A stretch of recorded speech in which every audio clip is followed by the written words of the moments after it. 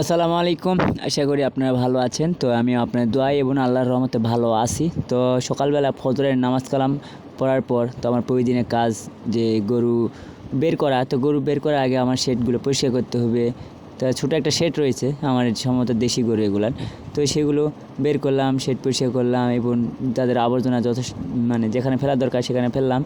তো গরু খ্যাট দেওয়ার পর আমি কিছু বাচ্চাদের প্রাইভেট পড়াই, যে আমার ড্রিম যে তাদের খামার করব, তাই বাচ্চাদের প্রাইভেট পড়ানোর টাকাটা আমি জড়ো করি। তো প্রাইভেট পড়ানোর পর তো আমার আমন ধানের বীজতলা আছে, আপনাদের দেখাইছিলাম যে সেখানে বীজ ফেলা হয়েছে, বপন করা হয়েছে।